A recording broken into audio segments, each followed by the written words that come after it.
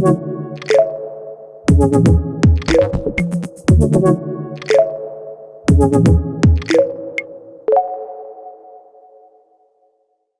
now and then in life, there is a special event like this that will make you feel the energy and the power to succeed on your mission whenever you are going. And I'm here today to convince you that every day can be like this, and every day can be a special one, that special, and that in fact, every day is one, especially as an entrepreneur, especially if you would start on purpose. So how do I know? When I was 6, my mother brought a computer back home. She called me at the table with solemnity and said, "Tina, here's the thing. People belong to one of two groups, builders or consumers." Then she paused, looked me straight in the eyes and asked me, "Which group do you want to belong to?" And I'll give you guys a second just to think about the question. Which group do you want to belong to?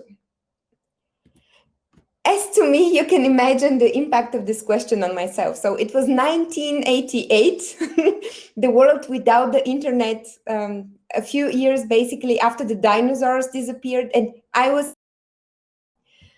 But this is the impact of a parent. This is the impact of leadership.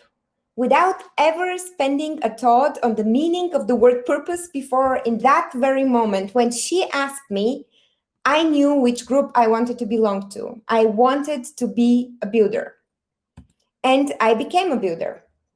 And oh my God, I was building. It was ridiculous. I was building all the time. I took this computer and first I built some games for DOS in a console with letters and dots. I'm sure you know what I'm talking about, or most of you.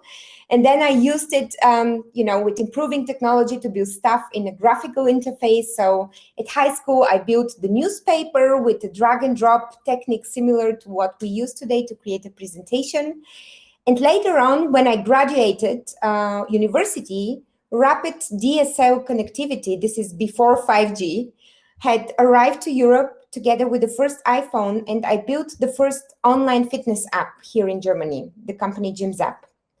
And the more I was building and the more I was surrounded with builders, the more I liked it because it gives you a sense of accomplishment.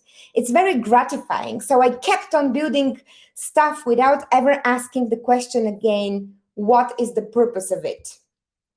So time passed and I built a family. I'm lucky to have 2 children. I built a house. I began building a career until one day I realized that during my entire life, I have been building with technology, and by technology advancing, building had become so much more easier, so much more efficient.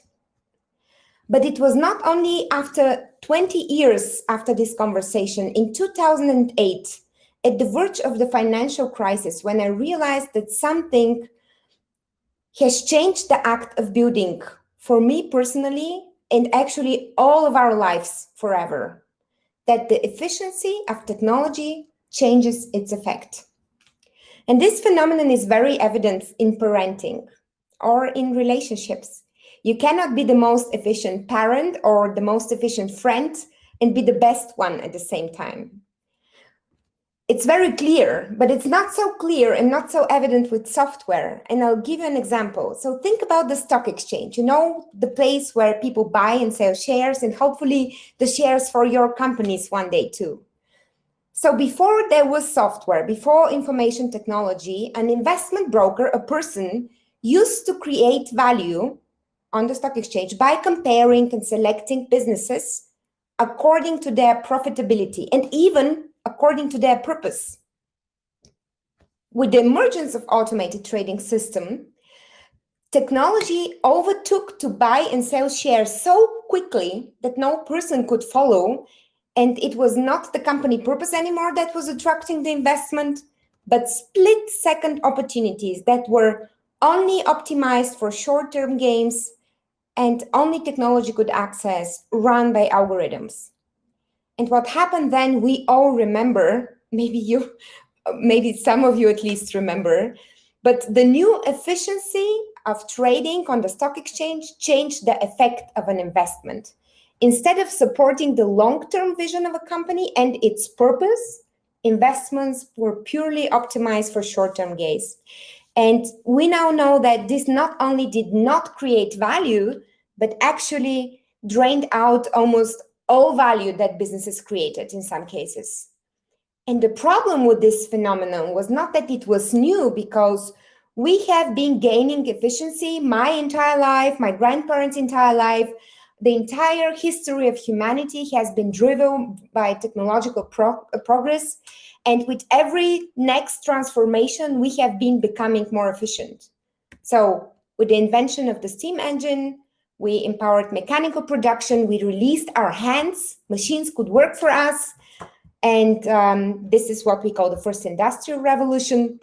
Then we discovered electricity and enabled mass production, so we could produce more of everything, actually more than we needed. And then with the birth of software and internet, we kind of gained automatic productivity. And I'll give you a very simple example of automatic productivity. You don't need to think about a robot or anything, but even a website, even your LinkedIn profile is an example of automatic productivity, because it's out there without you being actively engaging with it, spreading the purpose of whatever you're standing for or not. And the problem now is that with artificial intelligence and other exponential technologies, we have gained even more efficiency, so that we have actually achieved exponential productivity. And I know that after a whole year of Corona, I don't need to explain exponential anymore, but I still want to just emphasize how profoundly different this efficiency is than anything that we have seen before. And I want to use an old Chinese story to show you its effect. So they say that there was an old Chinese king who was very bored, and who had an old man, a wise man from China, inventing the game of chess for him as a gift and for entertainment. And supposedly the king was so grateful that he offered to grant the old wise man anything, any wish in return. And the inventor asked for, of course, he wouldn't have been an old wise man had he just asked for gold. He didn't ask for gold, he asked for a single grain of wheat to be placed on the first square of the chessboard, 2 grains on the second, 4 on the third, 8 on the fourth, and so on, doubling on every next square the previous amount of wheat grains. And on a small chessboard with a total of 64 squares, this amount of wheat quickly summed up to 18.5 quintillion grains of wheat. This is the exponential function. And I've actually made an experiment to think how much this is. So they say it's more than what China can produce in wheat in 6,000 years. China is, by the way, the largest manufacturer of wheat until today. And according to my calculations, it's more than all the sand corns on all the sand beaches on our planet right now. So it's incredibly fast, incredibly much. And this is exponential productivity. And the ability of exponential productivity is, so to say, the new thing in the technological world and in our efficiency, and what we say the dark side of digital technology. And to illustrate why this actually good thing, it's productivity, it's more, it's better, right? Might actually be something to think about twice. I'll use another thought experiment from the Swedish philosopher Nick Bostrom from Oxford University. And he has come up with a very famous paperclip maximizer. So it goes like this. Imagine a robot that produces something, just something as simple as a paperclip. And if you're kind enough, you can give the robot the ability to learn so that it can self-improve. That's the definition of artificial intelligence, right? So it's a robot that does something automatically and gets better in it over time. So you can now give your robot a simple task like producing a paperclip. This is something really simple. And the robot, if he self-improves or she, will start producing paper clips and diligently self-improve its efficiency so that sooner rather than later, it will gain more and more efficiency, produce more and more types of paper clips, from wood, from metal, from stone, until one day it reaches a critical mass and the entire planet is turned into paper clips, including all of humankind, including us. And that's the dark side of exponential productivity. So if automated trading systems disrupted investment, AI disrupted productivity in a way that we need to be more thoughtful about it. So, of course, it's an imaginative scenario, but this is something that made me think twice about efficiency. And that made me realize that in the future, actually, efficiency was a given. So coming back to my story as an entrepreneur, as a builder, surrounded by other founders like you or entrepreneurial people who are building stuff, who are intelligent and ambitious, and everybody wanted to get there faster, for their personal recognition or for their families, for their kids, for their companies. I mean, everybody wanted to make it, and by doing so, we were all running after efficiency. But by having efficiency as a given, it just didn't make any more sense. And the problem was that this was true for software, but the more software was part of any other technology, it was true for all technology. So it was like exponential of exponential. And today we have software is part of everything. We have it in banking, but actually it's a part of everything we build. There's software in the supermarket, there's software in the bus, there is software in something as old as a bicycle or in our house pets. And it's actually everywhere in every single field, in arts, in every place. So the more it is true for software, the more it is true for all technology, and the more then it's true that we are actually all builders. And this is the inflection point in my personal journey, and when I realized that my mother's theory had its quirks and is actually not true anymore. Because believe it or not, in a digital world, with every click, with every like, with every purchase, with everything we do, we are all builders. We all create the reality of today and the future of tomorrow. There is no such thing as I am not participating anymore. We are connected for good, all of us. And the time has come for us to do it consciously, especially, on a planet with ending resources in the face of a climate crisis, with global challenges like the highest rates of forced migration, years and years after each other, increasing knowledge and skills gap, inequalities, extreme poverty, and so on and so forth. The world has never been more incomplete, and we have never had so much efficiency at our fingertips to build it, to complete it.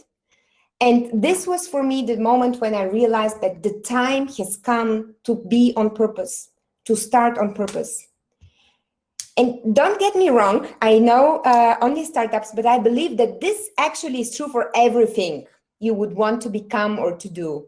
If you would want to be a good parent, if you would want to be a good friend, if you would want to start being a good student or a good citizen, that the time is now to start doing it on purpose, because you and I and everyone around us is all builders.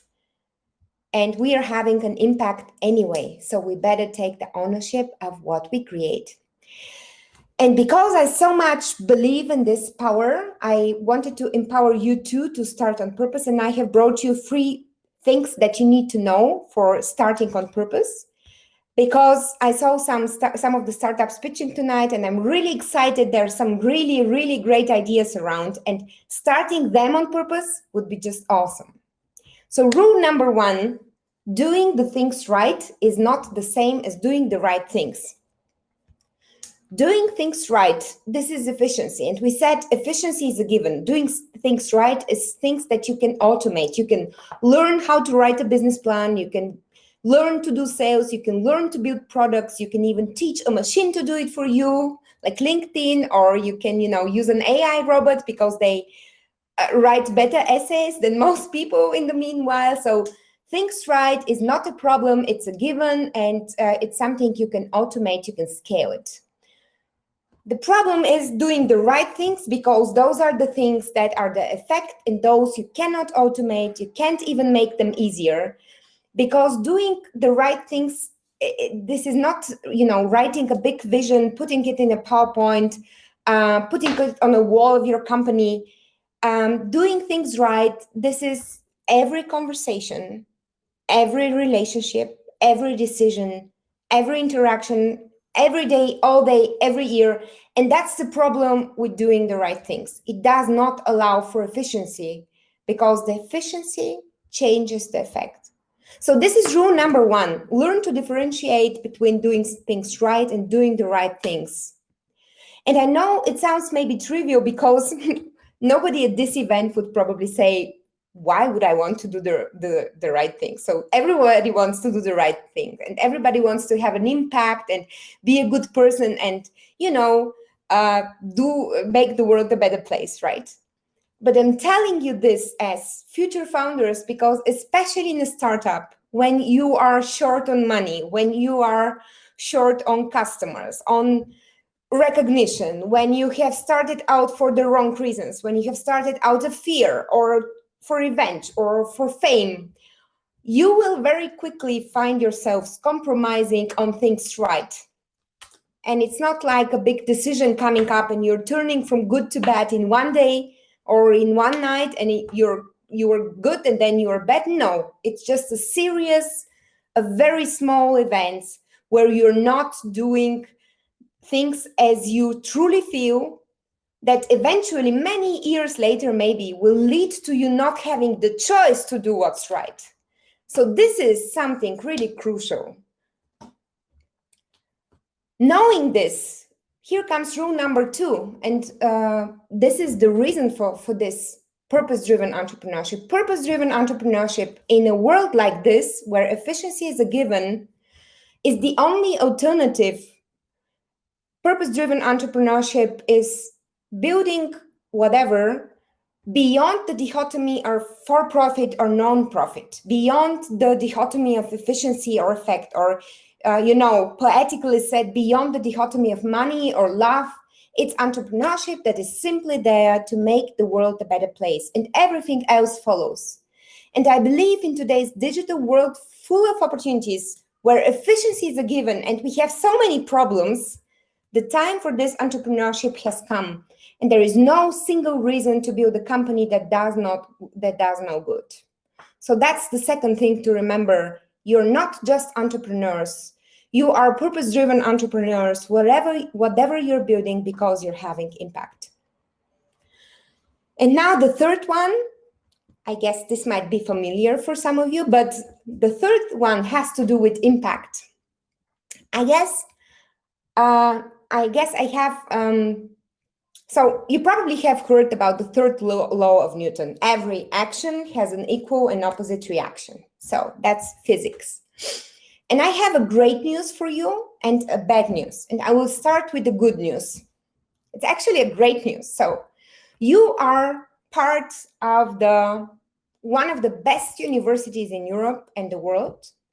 You're probably, most of you are white, you are in the middle of Europe, you're in a wonderful country that still lives democracy, where we still can say our opinions freely,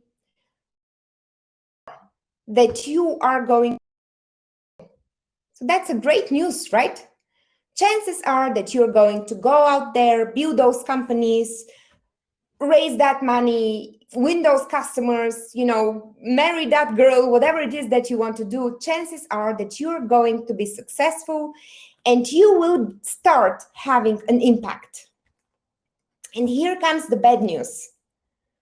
The third law of Newton actually means that every time you're trying to change something, when you're actually having an impact, because this is change, you're going to face resistance. That's the law. And if you're not conscious about what is the impact that you're creating and how much impact you're actually creating, you're going to be, and this is the really bad, really sad news, like most people, like the story of humankind. As soon as you face resistance, as soon as you have just started having an impact, you will face resistance and you'll be like, in this world full of opportunities, I could be doing something else. And at this inflection point, your journey as a builder will end. And this is the sad thing about building and resistance. You have to be aware, impact takes resistance. It is painful. Just think about, changing a company or, making the company adopt your product. So if there is no resistance, they don't care about your product. Only when you really say, there is a saying in sales, sales starts with a no. Only when you have resistance, then it gets real. And it can be transferred on all areas of entrepreneurship. So remember this, when it starts to be painful and we are facing all that resistance, it's actually a good sign because you're actually starting to have an impact. And, this is the benefit of purpose, to know, because it gives you the courage to pursue what you're after. And I have summarized all those three things and my entire, point with this contract in a small expression I hope you can easily memorize. It's called Big Heart Ventures. And it's to remind you of the three things about being on purpose. The one of doing things right is not the same as doing the right things. And about the second one, that purpose-driven entrepreneurship is actually without an alternative today. And that you are having an impact by definition, and you are going to face resistance by default. And the bigger your purpose, so where those words come from. So big is your purpose and it's your why. And why is it big? It's because it's bigger than you. So it's not just about you, your wish and your stuff and your career and your family. It's about at least one person, one user, one community, one country that will do better with your product or what you're building. The heart, those are your values, because you need to learn to listen to them in order to be able to differentiate between doing things right and doing the right things.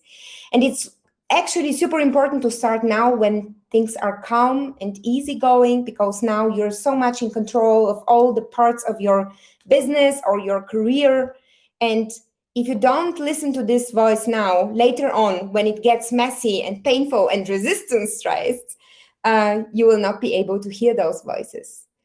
And by embracing those big heart ventures, all those small decisions on your way, you'll be able to be on purpose. And this is why startups are hard, actually. So they're not hard because you work so much that your back pains and you lose your friend or your girlfriend or your co-founder leaves, but then you need to pay him, but you still need to work. So this is not why startups are hard or entrepreneurship is hard.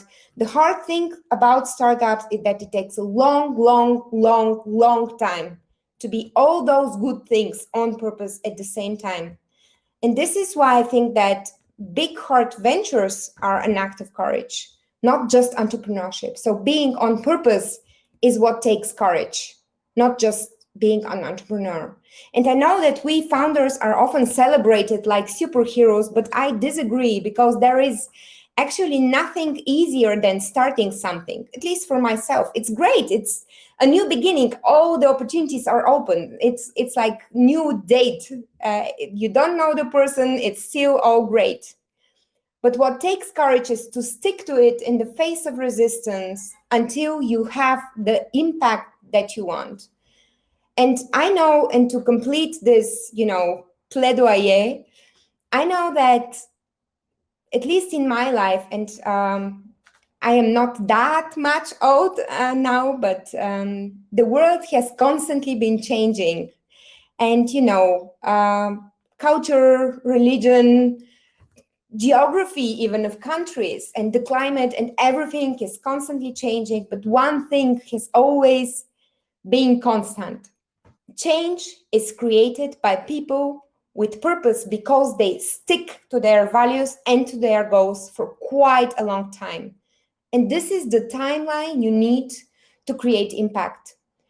And if you do it, however, if you know your purpose and your values, and if you know how you are making the world a better place and what does this mean for somebody else, big, you are becoming unstoppable, because this is how the world has turned so far. And you can only do it if you're conscious about being a builder and the power of technology and having efficiency as a given and the power of entrepreneurship to make the world a better place. But if you are, it will give you all the power, strength, and resilience to take care of yourself, the environment, and everyone else on your mission. And I truly wish for you to belong to the lucky ones that do. Thank you very much.